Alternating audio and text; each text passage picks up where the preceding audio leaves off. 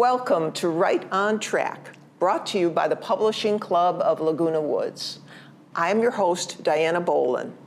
We have as our guest today the multi-talented, prolific, award-winning Dianna H. Krause. Ms. Krause has published over 7 books, as well as produced 20 plays and musicals. 2 of her plays, The Ice Wolf, as we have that here, and Remember My Name, were both produced off-Broadway. Her works have also been produced internationally. She has written numerous articles, interviews, and reviews for the newspapers, magazines, and newsletters.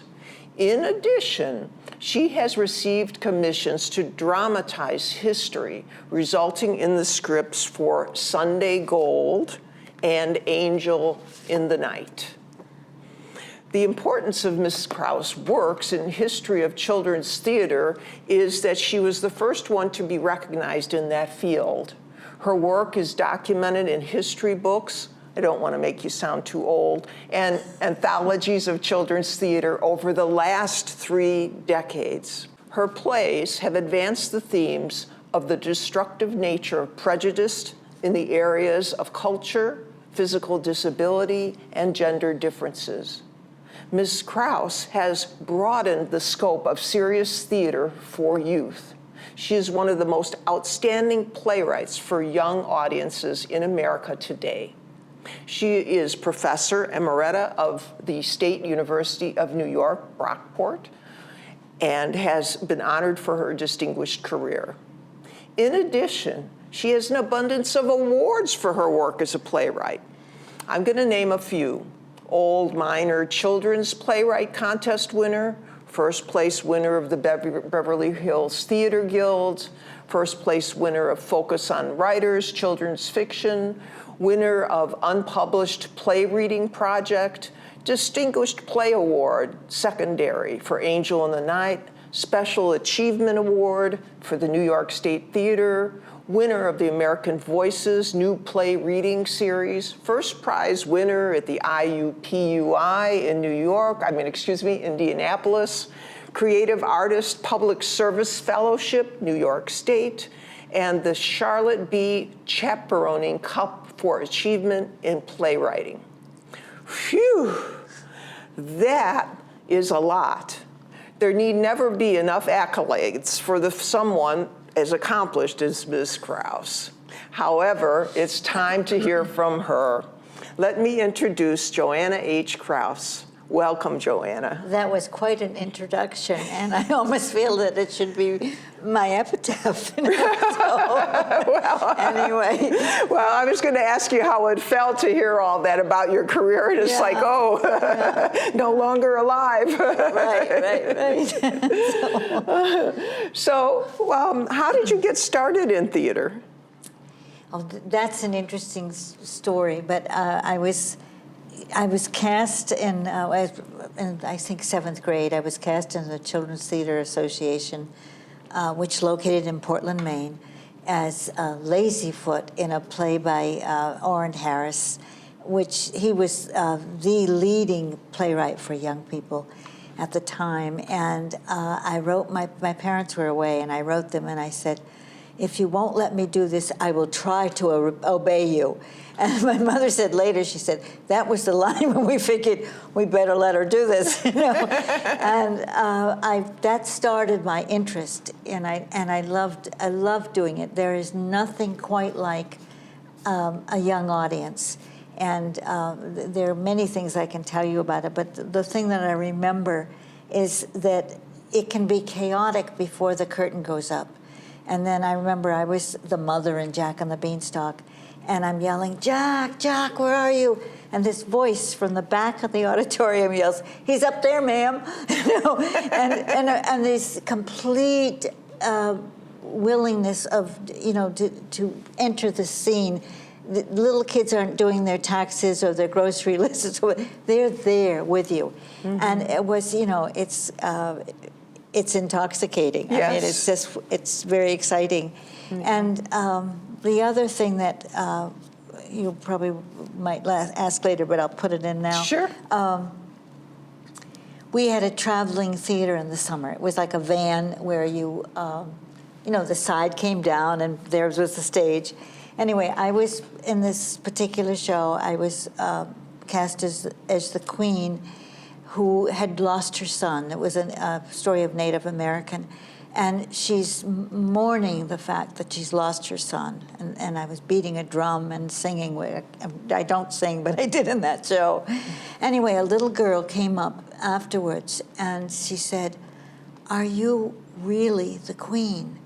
And we had been told, you know, don't step on their rainbows, you know, be careful what you say to them. So I said, "Well, what do you think?" And she said, "You are." You know, anyway, she left, and I probably should have told her the truth, but I didn't. Well. Anyway, we were ready to pack up and go, and she arrived, and this was a real impoverished area. Kids had no shoes, they had door keys around their necks, and she had a gorgeous red rose, and I thought, where did she get this? But I thought, I can't start off accusing her. I just said, "Well, what is this all about?" She said, "You gave me something beautiful, so I want to give you something beautiful back." And I thought, that's it. Oh, that's what I'm going to do forever. You know? It was so a turning point Yes. in my life. Yeah, that's a wonderful story. Yeah, so Yeah. that's... Well, are there writers that you enjoy or have found inspiration from? Yes. I don't know if you mean playwrights or writers, but Either one, yeah. really. Well, I'm really a fan of Isabel Allende very much. She writes beautifully, and Is she a playwright? no, She's a writer. She's a writer, and one of my favorite plays is by Ibsen. It's called. I'm just trying to think of the name of it, but Enemy of the People, and it's about a man who discovers in a town that is a bath spot, tourist spot, that the water is not safe. So he thinks, oh, they're going to be so glad that I found this out and I can warn everybody. Well, of course, the contrary was true. He became vilified. Oh, you yes. know, you're stopping the income from coming in, you know, be quiet. And I found that play very moving. And there, you know, I think there's specific plays that that I've kept in my heart ever since. Well, and speaking of keeping in your heart, I mean, so many of your plays have a message, you know, of really basic goodness of one form or another, good values, but they're not preachy. I mean, and most of the time it's like symbolic. It's not even directly said. Well, I entered the field at a time when it was kind of a province of Junior League and Pinocchio, Jack and the Beanstalk. I mean, the traditional stories, and I was coming up with something quite different. And a lot of the scripts, the early scripts, are preachy, and my feeling was that what's important is you tell the story, but in theater for young audiences, I mean, my two stories that have to do with World War II, and they're family theater. I wouldn't say they're youth theater as such, they're family theater. But my feeling is that it has to have an ingredient of hope, even though, I mean, I don't mean that it's Pollyanna at all, but that you must feel that there's a possibility that things are going to work out. And so this has been something that I felt very strongly. And Ice Wolf, which was my first major, I mean, I wrote a lot of plays before, but that was the first major one and it got published. But I had an awful time getting anyone to take it seriously because the heroine dies, or hero, there's a PC name now, dies at the end. And I fought about this because I said, she has harmed the Inuit village that she was part of, and never bothered the children in the audience whatsoever. But parents go, kind of thing. And I was very, very keen to get a New York production, if I could. and I was very naive about all of that.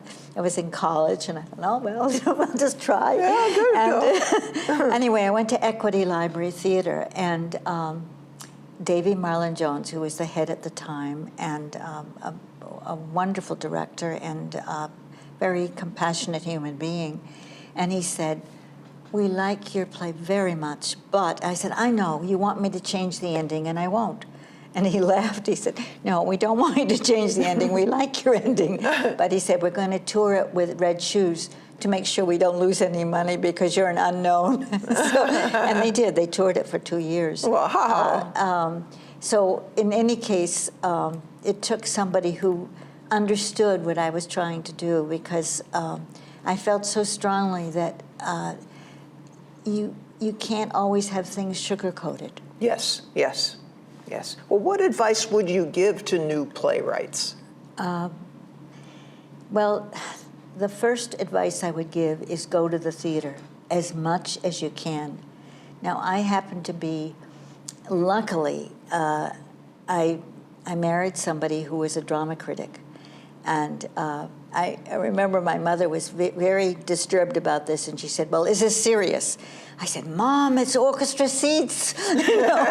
So we went to the theater, a couple of times a week, and both in Manhattan, in the New York Broadway area, and also in London, West End. And because I was seeing so much theater, I think, you began, what I would say to people is go to as much theater as you can, and even go to things that aren't so good, because you learn from that. You learn, okay, why isn't this working? What's wrong? And you teach yourself. And the other thing I would say, even though I don't believe theater should be read, I mean, it should be seen. It's a live entertainment. But I think you should, certainly you should be, reading Shakespeare, Chekhov, Ibsen, read the greats to get a background. And know that in the theater, in the play, it is always now. And so you have to think about that. You don't have the advantage of a novelist who can, say, well, 20 years ago, such and such happened. The other thing is that you have to realize that unlike movies or television, theater basically is dialogue and movement. Narrative descriptions and all of that area really belongs to the technical director, or even maybe the director. But it's not the playwright's job to describe in great detail what the living room looks like.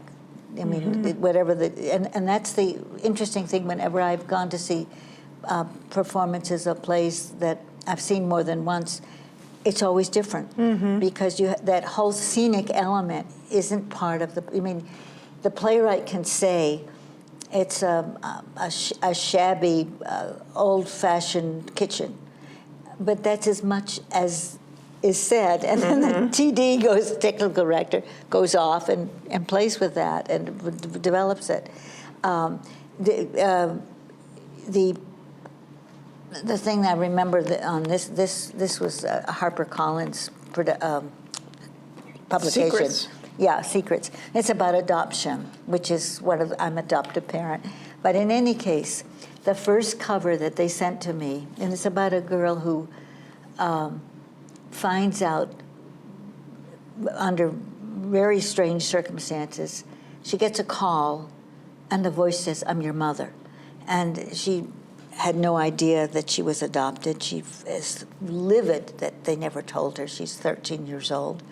And what happens. But anyway, the cover that they presented to me showed an egg. I mean, just an egg. And everybody on the HarperCollins staff thought it was great. I said, no, no. And because I thought it's the story of this girl whose life is turned upside down. Her life is, as far as she's concerned, has been a lie, kind of thing. Yes. And as an adoptive parent, our child was 8.5 when he came, so there was no question he was adopted. But we were very, very careful about letting him know that we appreciated what he'd had in the past. We respected it. We loved him. But I remember that a lot of people said, well, how could you adopt somebody that, was so old? Because most people want a baby. Yes, yes. In fact, let me grab this book here. Yeah. Oh, yes. My son and I, about 2 or 3 years ago, we did this together. He asked me if I would write it because he said, Mom, you've got more time than I do. So anyway, but in any case, this was the day after he arrived.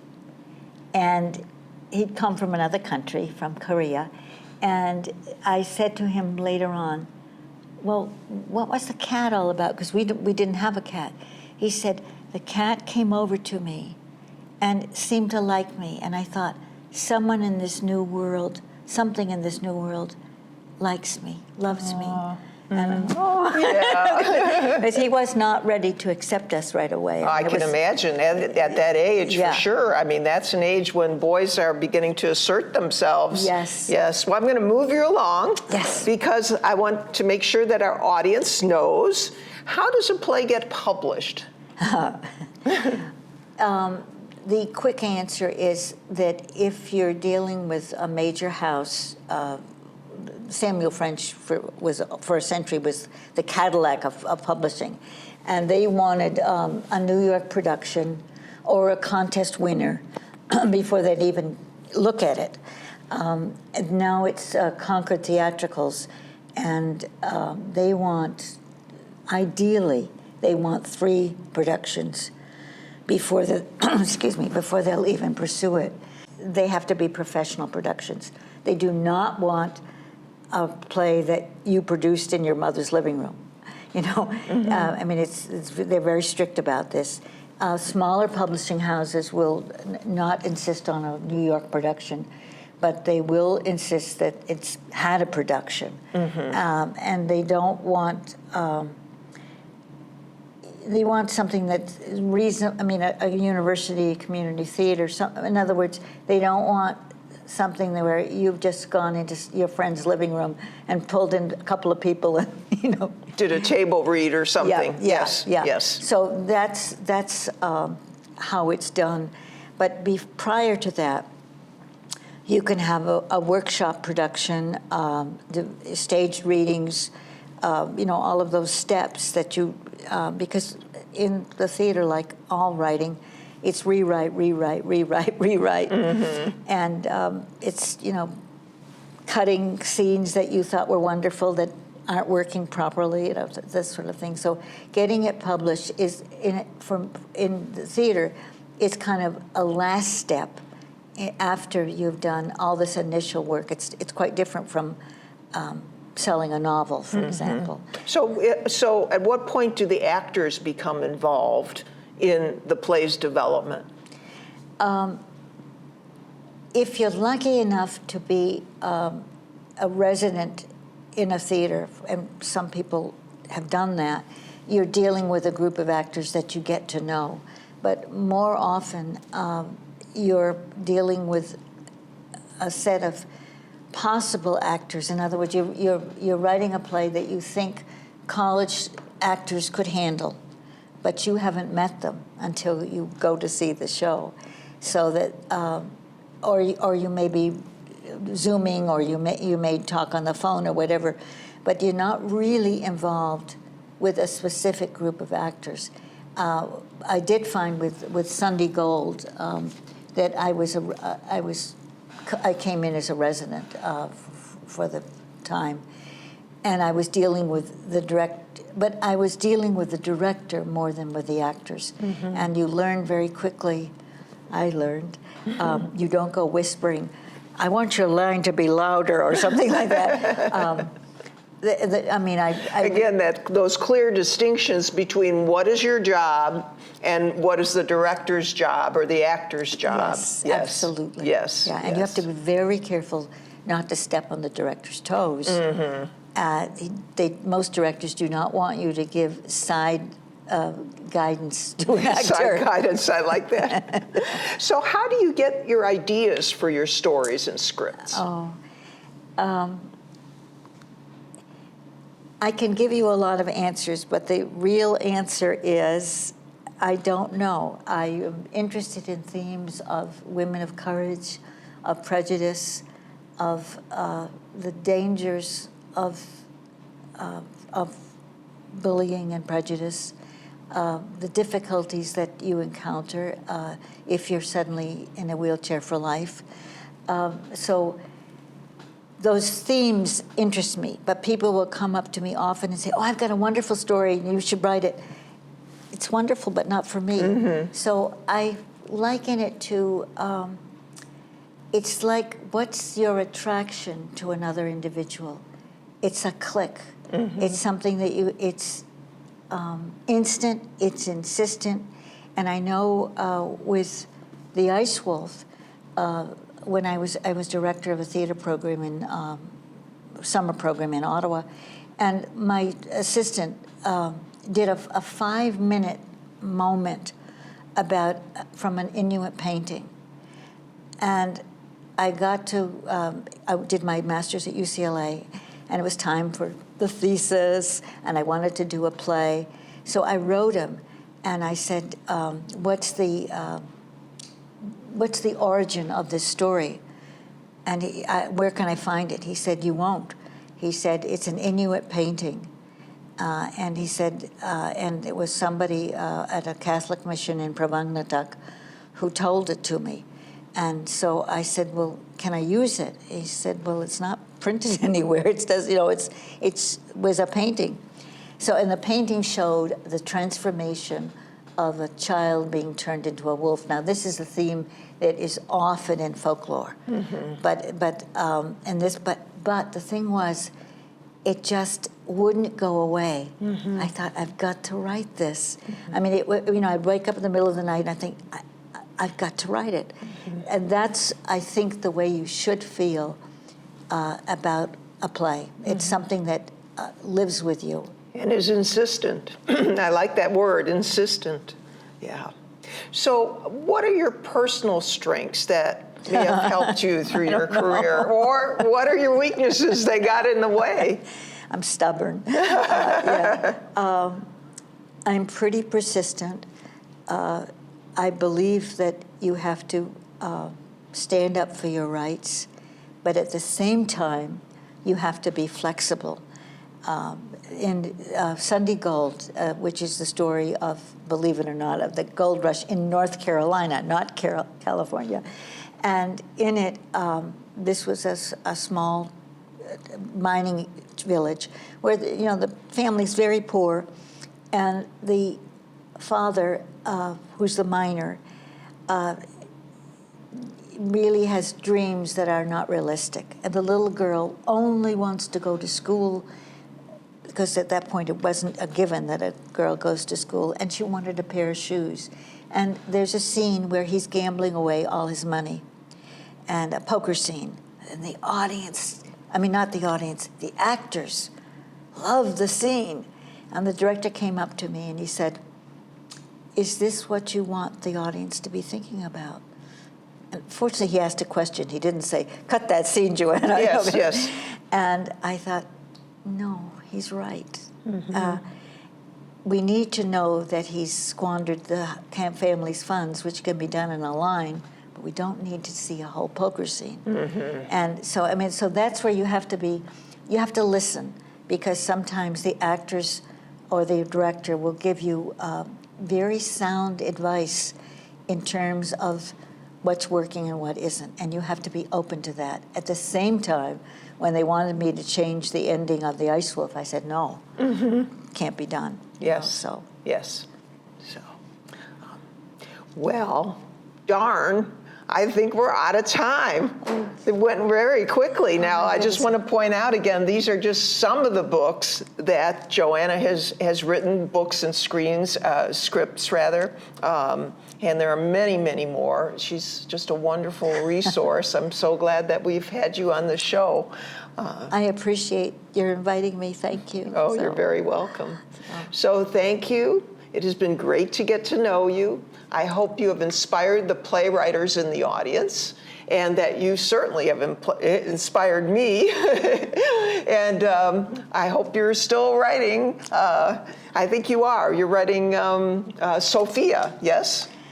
Yes, a musical that we're very eager to get a production of, and this is based on the biggest land fraud in the United States, and it was why that the state of Arizona was so late in coming into the union, because this was a very clever scoundrel, very charming, and he convinces a rather naive young woman on a ranch who's peeling potatoes that these hands should be wearing rings, and she's saying, "What kind of rings?" Yeah, and then the story begins. And the story begins. Yes, and so yes. we're very keen to.